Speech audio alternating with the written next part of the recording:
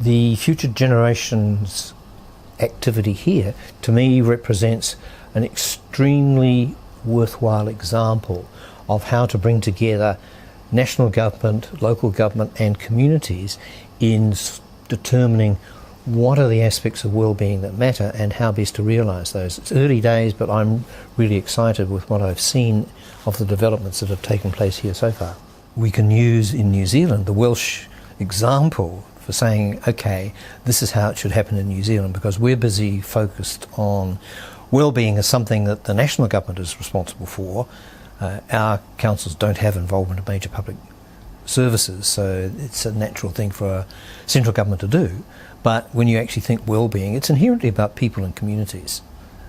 And that's what, from my perspective, is really exciting about the Welsh approach. I think, amongst other things, that although it's important for a central government to set objectives, to set frameworks, to set broad understandings, it needs a light touch, that you cannot say, well-being is counting by numbers.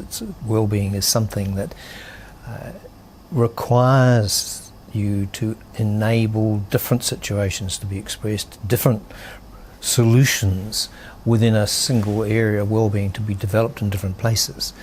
So very much it's not about one size fits all, but it does need to take place within an overarching framework if it's to be helpful for public policy generally.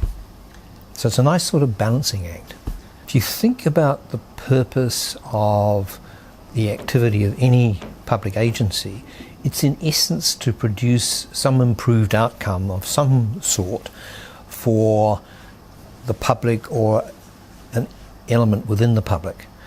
And one of the ways I sometimes describe it is the public sector does it in silos, the community does it holistically, and which is one of the critical reasons for actually involving the community, so that the silo understands the full picture it's interfering with.